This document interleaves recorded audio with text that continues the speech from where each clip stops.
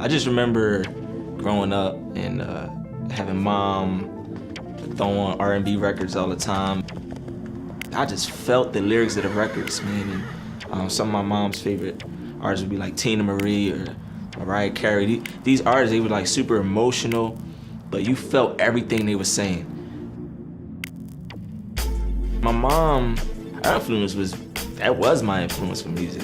You know, she made me sing in choirs.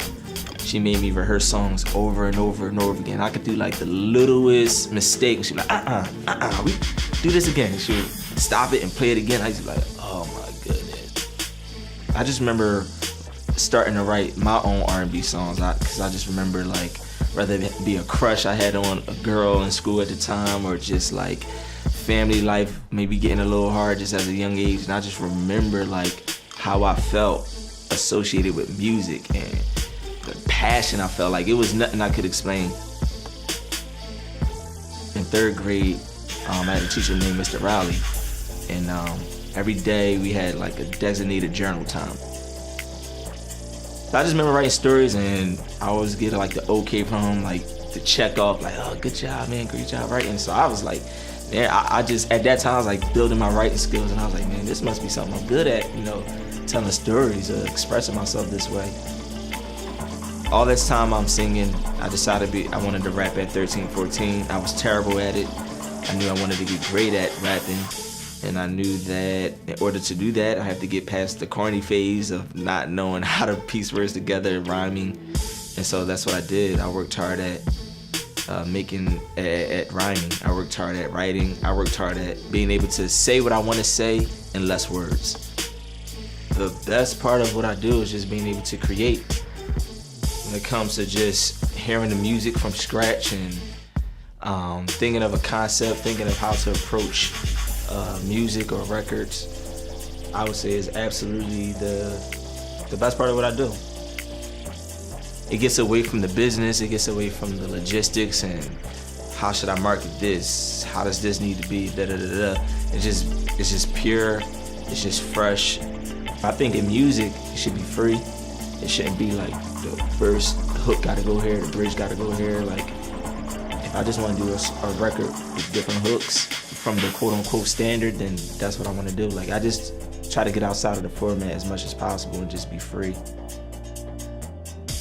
I had no rap solo artist name. I had no direction of how it should be.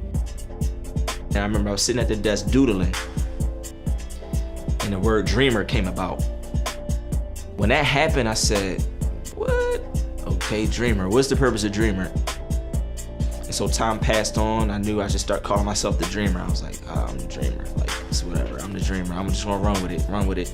And I remember God being like, man, just how I speak to you, right? Like, you are the dream. Like, this is who you are.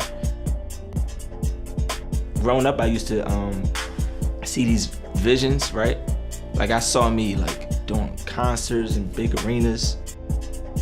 I literally had to learn to stop doubting the visions I received when I felt like they were just too big to accomplish. I used to do that all the time. I used to see a vision and I used to be like, nah, stop playing with me.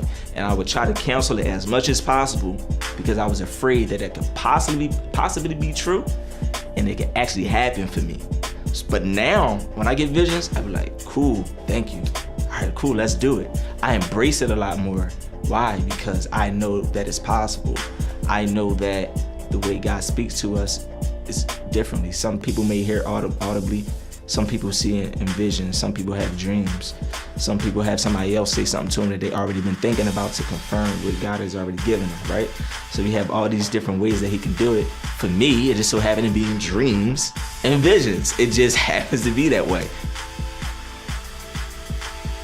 I'm at heart a believer. I'm at heart believing Jesus Christ. I'm at heart believing the cross. I'm at heart believing the sacrifice that he displayed, and I know that it's real.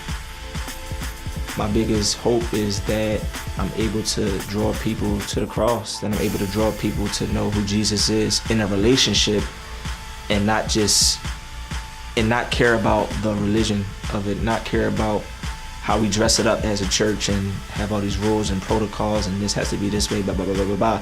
Stripping it down to just like, man, this is a relationship. Like, that's my biggest hope. That's my biggest dream. And I want to be able to do it in a way that he directs me. I'm sure as I continue to walk, I'll understand more of like what that looks like. And right now it's just music. You know, I offer hope through music, so.